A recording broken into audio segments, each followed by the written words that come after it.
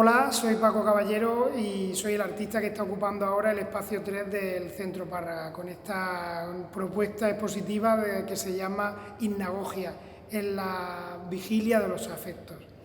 comisariada por Isabel Durante y que estará durante un mes aquí en el Centro Párraga. La verdad que para mí ha sido una experiencia súper buena porque desde que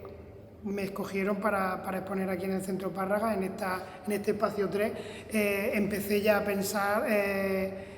cómo podría ser esta exposición, porque es una exposición que ha sido hecha específicamente para este espacio y concebida todas las obras para ponerlas aquí. Todos os preguntaréis que por qué hipnagogia, esta palabra que más o menos normalmente no sabemos lo que es. Pues esa palabra surgió por investigar ese estado del sueño en que muchas veces para mí es muy creativo. Entonces esa palabra vi que unía muchos conceptos de los que están en la exposición. Por un lado, ese referente, que aunque no esté muy explícito dentro de lo que es la exposición, que sería la película del Mago de Oz, no me he fijado tanto en su estética, en sus colores, no. Casi todos serían los conceptos que se han trabajado en ella. El concepto del camino, el concepto de esa persona, ese Mago de Oz que va, que no sabe si es material, o sea un ente, o si es algo que te acompaña, que te da consejos. Luego también esas personas que son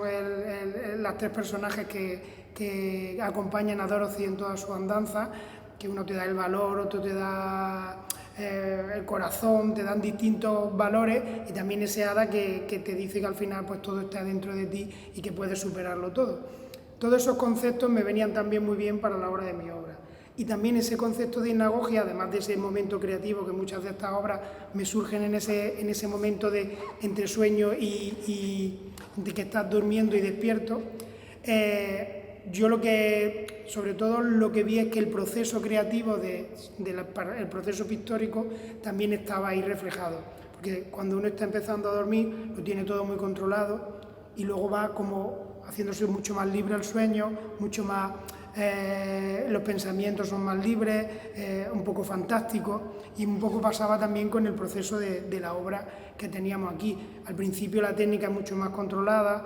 utilizamos el pincel, tiene mucho más que ver con la obra mía, con proyectos míos anteriores, y poco a poco esa pintura iba fluyendo, y en la otra obra ya no está utilizado el pincel, la pintura está libre, es mojando el lienzo, arrugándolo, pulverizándolo, tirándole pintura. Igual pasa con los bastidores de madera que van sumergidos en fluidos que van haciendo las distintas capas. Es muy importante también el soporte. Yo no quiero que ese soporte se tape. El soporte también muchas veces tiene una memoria. Algunos de los bastidores que tenemos aquí, que tienen unos detalles arriba que también al espectador les llama mucho la atención, son desperfectos que sufrieron esos bastidores al estar en mi casa cuando hubo una dana aquí en Murcia. Entonces esos bastidores yo les fui despegando la madera y tienen ahí una especie de relieve que a muchos les parece la ciudad esmeralda que se ve atrás, y en realidad es ese relieve. También los nudos que tiene la madera, o sea, toda la plasticidad que tiene el soporte, yo no quiero taparla, yo quiero utilizarlo, como por ejemplo en este cuadro, que el algodón que tiene el lienzo, yo no lo quiero tapar, no está imprimada la obra simplemente está intervenida y además está montada cuando ya se ha hecho. Este lienzo no estaba montado cuando se estaba pintando, era una tela que yo podía arrugar, que podía manipular, y fue montada después. El discurso de la obra surge un poco con ese mapa conceptual que tenemos al principio, que es un mapa conceptual con el que yo además presenté el proyecto aquí al Centro Párraga, que es una serie de fotografías que he ido yo haciendo, pues sobre todo de mi pueblo, que tiene mucho que ver con las raíces, de dónde viene, el origen de las cosas, y un poco también autorretratos que yo me había hecho intervenidos dentro de la vegetación del olivo, que es un poco un símbolo de toda esa parte, porque Marto está en Jaén y el olivo es como muy representativo de allí. Además, en ese mapa conceptual, un poco un viaje emocional, aparece un mapa verdadero, un mapa de curvas de nivel, pero de un espacio que no sabemos muy bien lo que es, porque es un espacio, una ciudad imaginaria que pone Ciudad Esmeralda, lo cual mezcla las curvas de nivel de ese espacio de Marto, que están en verde, y en azul de un espacio de aquí de Murcia, del Parque Regional de Calblanque, porque en esta exposición también trabajamos esa añoranza de cuando tú estás aquí, añoras todo lo que tienes allí en Martos, que está tu familia, está mi madre, está mi hermano, pero cuando estás allí también añoras todo lo que tienes aquí. Yo soy un amante del mar,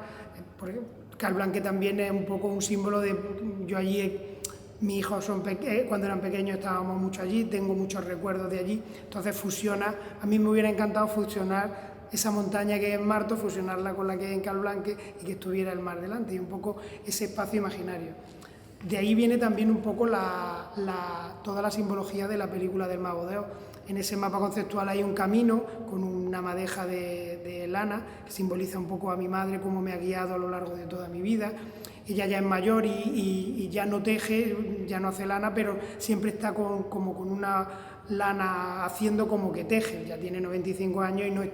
no puede hacerlo, pero sí que, como siempre ha sido muy activa, muy trabajadora, siempre está haciendo como que sigue trabajando, que sigue haciendo lana, y hasta pregunta, ¿qué vamos a hacer hoy de comer? Y ella no hace tampoco la comida, pero sí activa su mente como ella llevaba la casa en todas sus labores. Entonces, toda esa simbología aparece también, o por ejemplo, ese significado que tiene al final el Mago de Oz, que donde tú estás bien es donde está la gente que quieres, y donde estás rodeado de la gente que quieres, o de tu familia, bien tu familia, tus padres, tus hermanos, o bien la familia que tú has creado. Pues si seguimos con el recorrido que hace el discurso expositivo de lo que es la sala, podemos ver distintas pequeñas instalaciones que van organizando todo ese discurso que tenemos en este espacio. Nos encontramos al principio de la exposición las primeras obras, que hacen una obra bastante peculiar porque está hecha para una esquina, que en realidad crean ventanas en esa arquitectura, en ese muro blanco que nos encontramos al principio, y crean esas aberturas que son ventanas al paisaje, como hemos dicho al principio, mucho más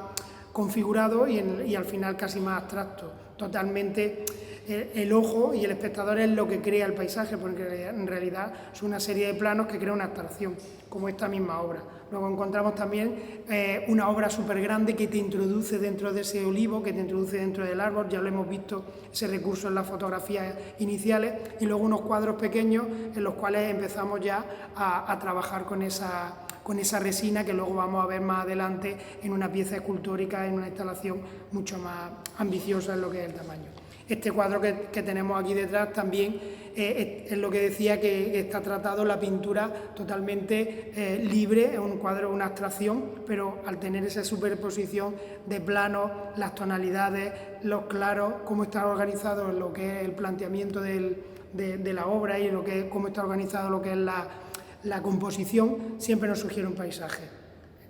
Me parece bastante chocante y me ha llamado la atención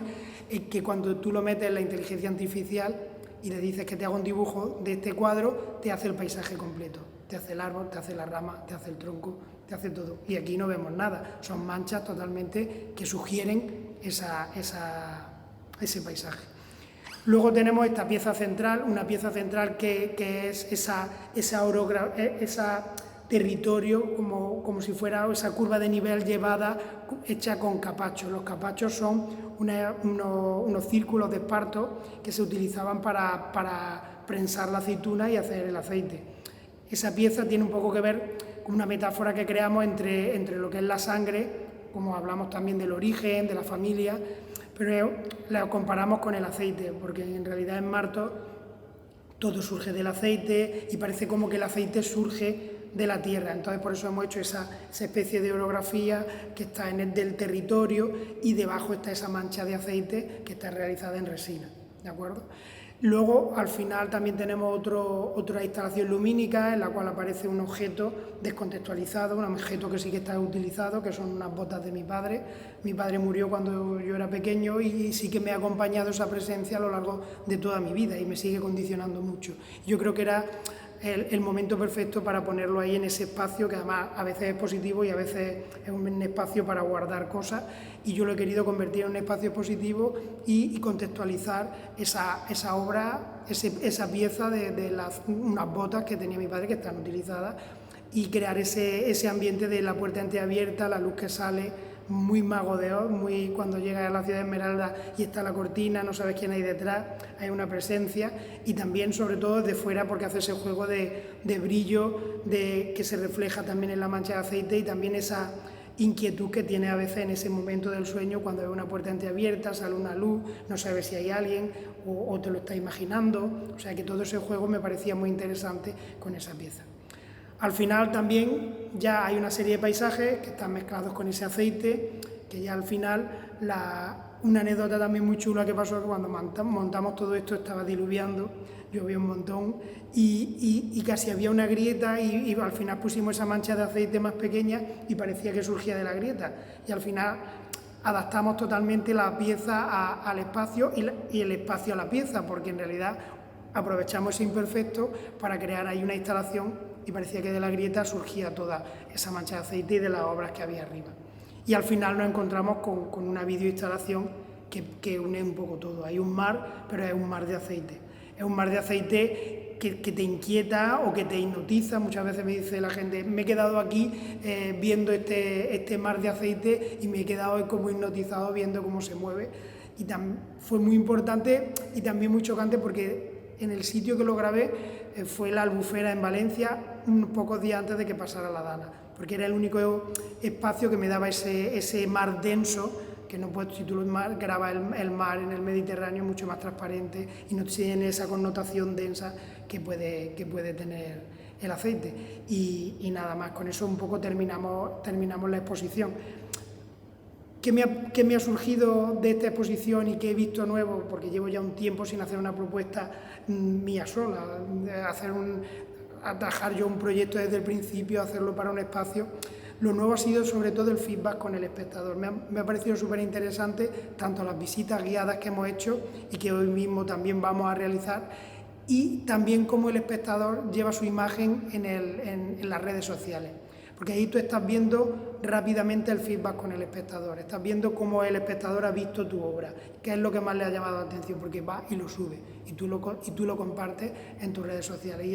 esa conversación que hace unos años no existía, me ha parecido muy interesante. Pues nada más, yo solamente invitaros a que disfrutéis de esta exposición, que vengáis también, sobre todo abiertos, a cada uno le va a sugerir una serie de cosas, y yo creo que eso también es la clave del arte, que a cada espectador le va a sugerir,